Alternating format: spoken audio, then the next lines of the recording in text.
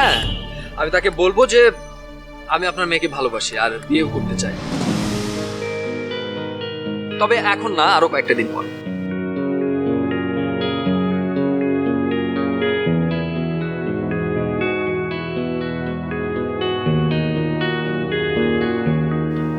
কিরে এভাবে তাকিয়ে আছিস কেন?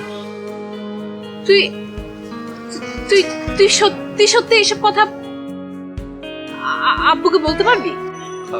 পারবো কিনা জানি না, তবে অন্তত চেষ্টা তো করতে পারবো। শোন, আমার সব পাগলামি যে তোর উপর ভর করছে সেটা আমি খুব ভালো মতো বুঝতে পারছি। হ্যাঁ, তুই এক কাজ কর, তুই না তুই বাসে যা, বাসায় গিয়ে একটু ভালো মতো একটু ঘুম দে, তোর কিছু করা লাগবে না, তুই যা। আমি কোনো পাগলামি করছি না।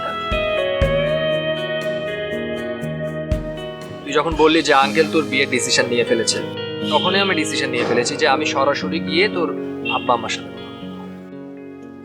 ভাইয়া তোর এই গালে একটা থাপ্পড় মেরেছে না, এখন আব্বু তোর আরেকটা গালেও থাপ্পড় বসিয়ে দিবে। দিলে দিবে, আমি তোকে ভালোবাসি জানি, তোর আইডিয়াও নয় আমি তোকে কতটা ভালোবাসি। আর আমার জন্য তোর বিয়ের দাওয়াত খাওয়া হচ্ছে, একসাথে চর খাওয়া।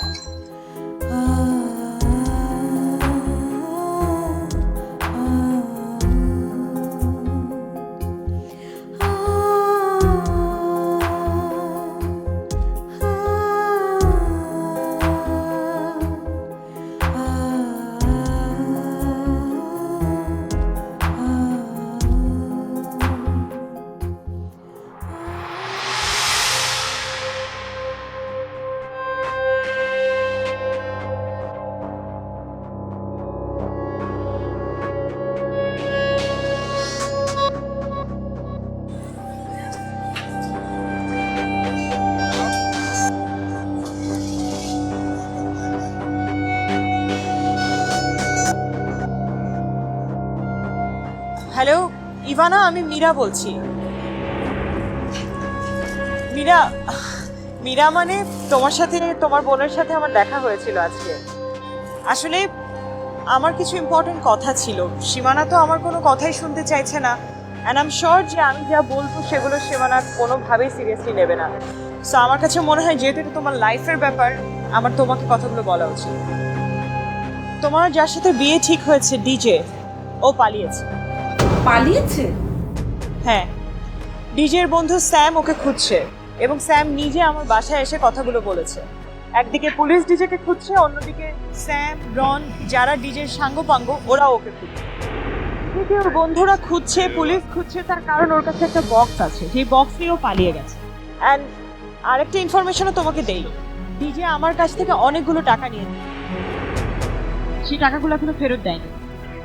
বাক্সের কথা যে বললেন, ওটার ভিতরে কি ছিল? লিগাল কোনো কিছু যদি বক্সে থাকতো তাহলে তো ও পুলিশের কাছ থেকে এভাবে পালিয়ে বেড়াতো না, আর বন্ধুরাও খুঁজতো না। ওর ভিতরে আই গেস ড্রাগস আছে। ইনফ্যাক্ট আমি গেস করছি না, স্যাম আমাকে সেটাই বলেছে।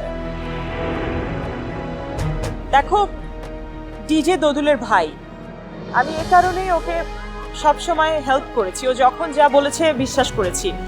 আমার বাড়িতে এসেছে, থাকতে চেয়েছে, থাকতে দিয়েছি, টাকা চেয়েছে দিয়েছি, কিন্তু ও যে এরকম বক্সের ভিতরে ড্রাগস নিয়ে আমার বাসায় সেটা রেখে দেবে এবং এসব ইল্লিগাল কাজের সাথে জড়িত, আমি কিন্তু কিছুই জানতাম না।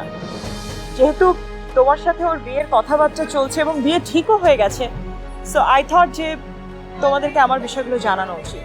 কিন্তু ডিজে তো মানে ও নাকি ওসব ছেড়ে দিয়েছে, ওর দলের লোকজন ওকে খুঁজছে, মেরেছিল। ও তো আমাদের বাসার সামনে আহত হয়ে পড়েছিল। এগুলো সব নাটক ইভানা। ডিজে যে কত বড় ভণ্ড, কত বড় দুষ্টু টাইপের একটা ছেলে, সেটা ওকে সামনাসামনি না দেখলে, নিজের চোখে না দেখলে বিশ্বাস করা কঠিন। এই ডিজেকে কিন্তু আমার কখনোই সুবিধার মনে হয়নি, চেহারার মধ্যে কেমন একটা শয়তানি শয়তানি ভাব আছে। দেখো, ডিজে দোদুলের ভাই, আমি সব সময় দোদুলের ভালো চাই।